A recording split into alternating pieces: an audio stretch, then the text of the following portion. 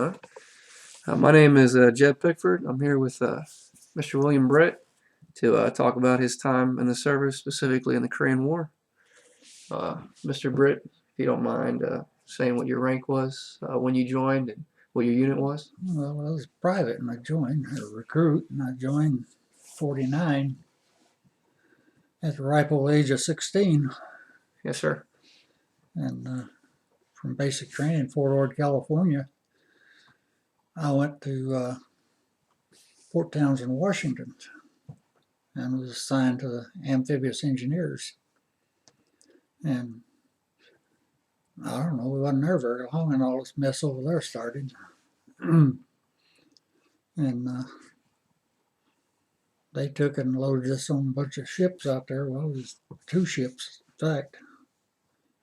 And but we went on maneuvers in 49 to Puerto Rico and come back.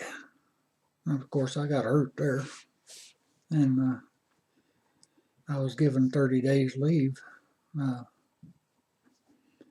and medical leave. And before that was all over with, I got a telegram. In fact, I still got the telegram that all the leaves are canceled. Return to base at once. Because of Korea. Yeah. And I got up there, and they were getting ready to ship then. So they took us, loaded us on ships out there in Puget Sound on AKAs and APAs, and took us to Japan. Right. And we offloaded everything there and waterproofed it. And from there, we went to Korea. So how long were you in before you ended up in Korea? Well, let's see, I went in 49 and I went to Korea in 1950, so I went about a year. About a year. Yeah. And we got over there, well, we made that Incheon invasion. I don't remember now how long we were there in Incheon at the time, but we went in there and unloaded everything and worked at the tidal basin there for a long time. So did you guys go straight from Japan to Incheon? Yeah. Sure. Yeah. And we went from there then, went around, Did you make a landing at Busan then? no, I don't think we did. We went around to that other place there. Wonsan? Yeah. Right. So Yeah. I think that's what it was. part of the Marine landing there in Wonsan? Yeah. But and we wasn't there very long either. They loaded us back up again, and we went Ewon, I think it was. We were up in North Korea there, and we came back down to. Or no, we made a landing first before that. In Hungnam? Was that it? No, that's where we wound up last. Wonsan, I think it was. All right. And we wasn't there very long either. But I think what they was doing is putting us ashore and all those places there. They was looking for that marine outfit to come back down off the Chosin Reservoir. Right. But they never did come through that way. Oh. And we wound up in Ewon. We was there for, I don't know, 3 or 4 days. And we loaded back up and come back down to Hungnam. And that's where they came out of there with all their supplies and everything. So we backloaded all of that stuff. Right. Plus all of the refugees. I'm sure that had to be a pretty hectic situation. Oh, they crowded them people on board those LSTs like cattle. But no, we pretty much got it all loaded and everything. But there's a picture that you can see. In fact, I got pictures of it, I think. But we was off, done moved out to sea, and you look back there, and all you could see was a big puff of smoke coming up where they'd piled everything else together. Wow. And set it off, Right. exploded it. And from there, we went back down to Incheon. and spent the rest of the time there, which was, I don't know, altogether 13 months over there. 13 months. And we loaded back up there and headed for Japan again. And that's where they broke the outfit up. The ones that wanted to stay could stay, but I didn't stay as long as I wanted to. Right, I understand. Yes, sir. So I volunteered to come home. So it was an 11-day trip, I think, from there to home, which was San Francisco. I went to Camp Stoneman. Went from there back down to Fort Ord. From Fort Ord down to Camp Cook, which is now an Air Force base. I don't know what to call it now. But that's where I was discharged from, was down in there. But I don't know, it's a good experience. I had a lot of fun. You know, the guys that I was in there with, heck, a lot of them had already been to the Second World War. Right. And they didn't really care what they'd done. Well, I'm sure. Or anything else, really. Are there, is there anything that really stands out in your mind about Korea? Any one memory that, I don't know, when you go back, that's the first thing you think of, or is it all just kind of The flag. put together? Well, I got a flag over there as a homemade job. And I gave that to my grandson. But I'd stopped at a little village there. I had on a load of rice, or somebody had, Uh-huh. and there was quite a bit of it spilled out in the bed of the truck. And I pulled up there and stopped. People started gathering around, and I tried to tell them what I wanted, which was a flag. Uh-huh. And I thought maybe they'd find me a nice silk one, you know, or something like that, Yeah. rayon or pie. And this one kid come back with a little, I don't know, it was about so big, hand painted. Everything on it was hand painted flag. So I got that from him. He crawled up in the truck there, and I let him come up in there. I shouldn't have, but I did. Sure. And he scraped up all that rice and took it with him. So what was the flag? Huh? What was the flag? It was a Korean flag. Korean flag? South Korean South flag. Korean flag? Yeah, it was handmade. Oh, it sounds like something special to carry back. Yeah, I cherished it. And I don't know, I was talking to my grandson one day, and I asked him if he wanted any of the stuff that I got. I told him about the flag. He said, yeah, he'd take the flag. And I was giving him other stuff, too. That's why I haven't got anything anymore. I was giving it all away. Yes, sir. But no, there's lots of stuff that went on over there that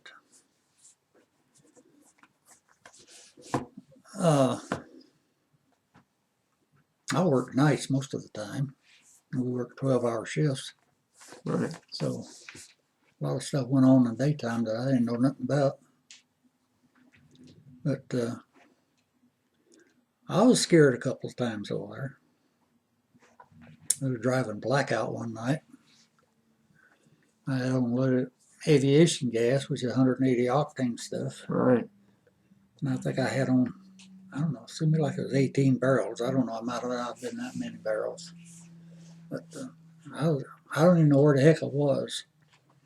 And all of a sudden I heard a 50 caliber machine gun cut loose. Wow. And I'd have swore I heard air leaking out my tires. But nothing ever become of it. Wow. And another time I was leaving the tidal basin there one night with a load of gas on. And the MP stopped me at the gate out there, and he said, I ain't going to tell you to go, and I ain't going to tell you to stay.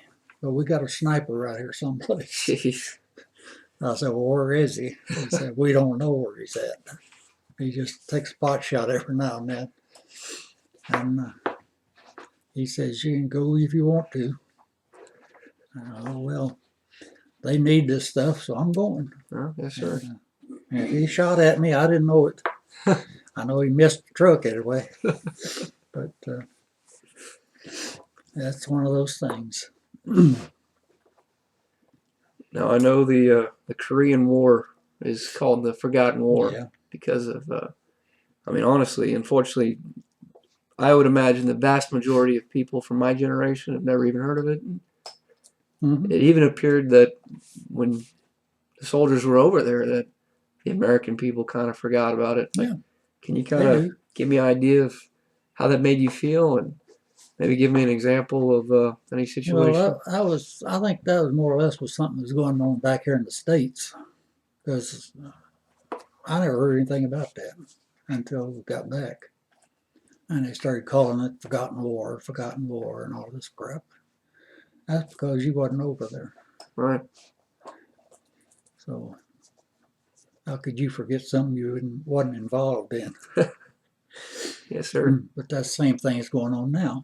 You know, there's all this junk's going on there right now, and there's, I don't know, it scares the devil out of me Well, what this younger generation is going to have to put up with.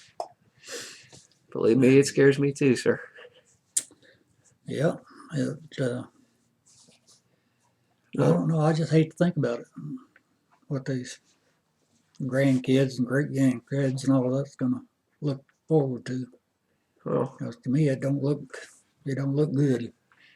we had some pretty good examples growing up. So, Yeah, you got two of them right now in the Democratic Party. Now, if that's the best they can do, we got a problem, yes, sir. and a big problem. Got one that's facing jail time, and the other one's got communist all over himself. So, what can you say? Well, now that you mention that, I would imagine it's I don't know, interesting given the number of American generations that had spent fighting Hmm. around the world, fighting communism. Hmm. I mean, can you give me an idea how it is to Well, be home now and see a socialist possibly running for president of the United States? yeah, I can give you an idea, but I don't know whether you want to put it on film or not. Sure, I understand. But No, if they get in there, we're in a heap of trouble, I'll tell you. I won't disagree. And in fact, even the one we got run on the Republican side there, I don't know whether he'll get any backing or not.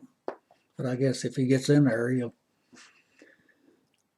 be like this one we got now. With he demand what he wants. Nice Get one. get him a phone and a veto power or whatever he called it. I don't know what this world's coming to. I truly don't. Well, speaking of presidents, I know that a lot of soldiers during the Korean War had strong opinions on President Truman. Did you share any of those, or can you give me I didn't see examples of? I didn't see nothing wrong with him. You didn't? No, no. No. Like he said, the buck stops here. Now he had that little placard on his desk. And anybody start giving him a hard time about something, there's the sign, buck stops here. Yes, sir. But you know, a lot of people have got mad because they gave him the extra year. Well, what the heck? He gave me the extra year too, but I only wound up serving. I think it was 3 months of it. Mm-hmm. But I don't know. It didn't bother me. I wasn't married or anything else. Right. You know, married people, they might have had something worse to say. But Well, speaking of opinions in Truman, I know we talked about MacArthur a little bit earlier. Can you give me some of your personal feelings on General MacArthur? well, I don't know that much about him, but he supposedly come ashore there in Incheon. And that was supposed to have been while I was there, and I didn't never see it. In fact, I never even heard about him even coming in. Really? Yeah, oh yeah, he stopped off out there, and they let him off the boat so he could wade ashore like he did in the Second World War. You know. Yeah, yes, sir. I don't know. it's like all people with power, I guess. That's They true. take advantage of it. Of course, a lot of them, I suppose, they have to make things work. But I don't know. Well, unfortunately, there seems to be a lot of a sentiment among the military community, especially in Vietnam and even from today's wars, that their brothers dying, their actions over there didn't really seem to make a difference. Do you have any of that the Uh, feeling from Korea, or do you think that what we did there was good and that we succeeded? well, really, no war is good, but I think I think we succeeded in what we was there for, which was to stop the communists much as they could. But Vietnam and all those places, they got, I don't know who makes the rules up, but they ought to go back to school because whenever you're out there and somebody's shooting at you and you're not allowed to shoot them back, there's something wrong with this kind of a war. Yes, sir. And all they have to do is throw their rifle down. You can't shoot them at all. And I told my grandson over there, and whenever he went over there, I said, you get a rifle with a bent barrel on it, and you shoot a little higher. But I don't know. He don't say too much about his time over there. Well, you I think mentioned he's been in some battles, some gunfights, but he doesn't say anything. yes, sir.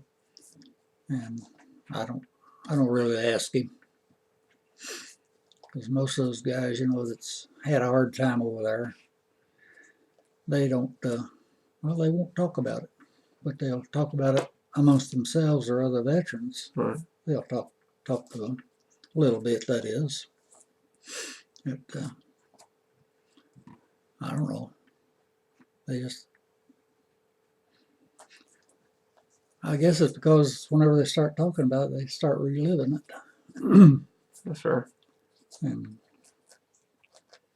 I don't know.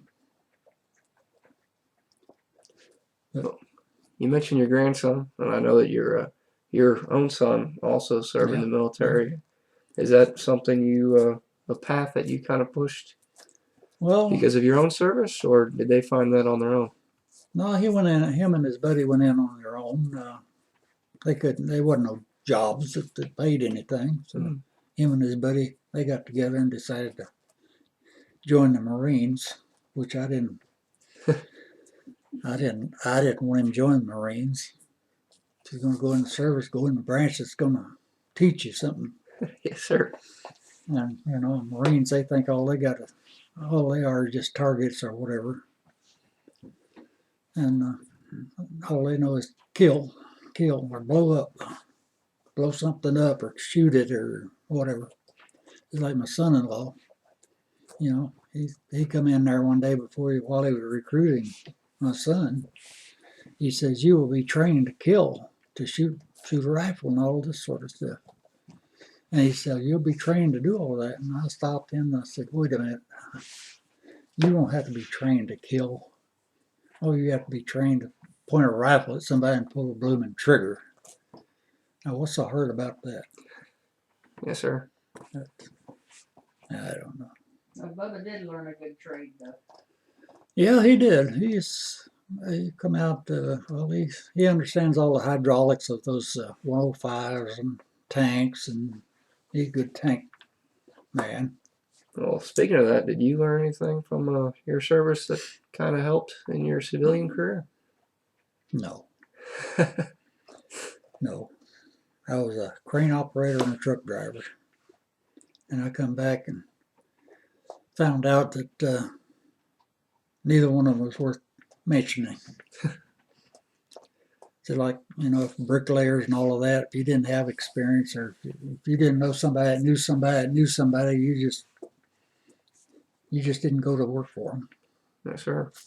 So what did you end up doing after you came back? I came back, I was a glass operator, glass bottle blower. Okay. And I was I was the youngest one at the time in the country, Wow. in the United States and Canada. And I got a journeyman's card. Supposed to be good I could go in any glass house in the United States and Canada that had a spot. And I tried that in Illinois. And they wouldn't even look at me. Wow. They wouldn't even let me put my card in the offering. And I looked at that card and I said, "What good is this?" And I'm paying, I don't remember what it was now, a month to keep it up to date.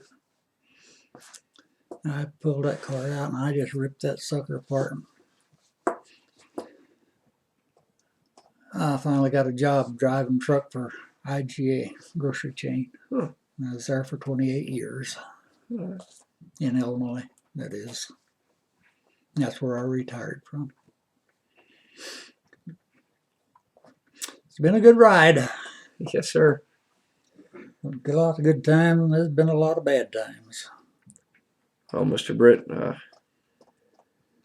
I don't know if I can speak for the rest of the country, but for me, I deeply appreciate your service and the service of your family. I thank you.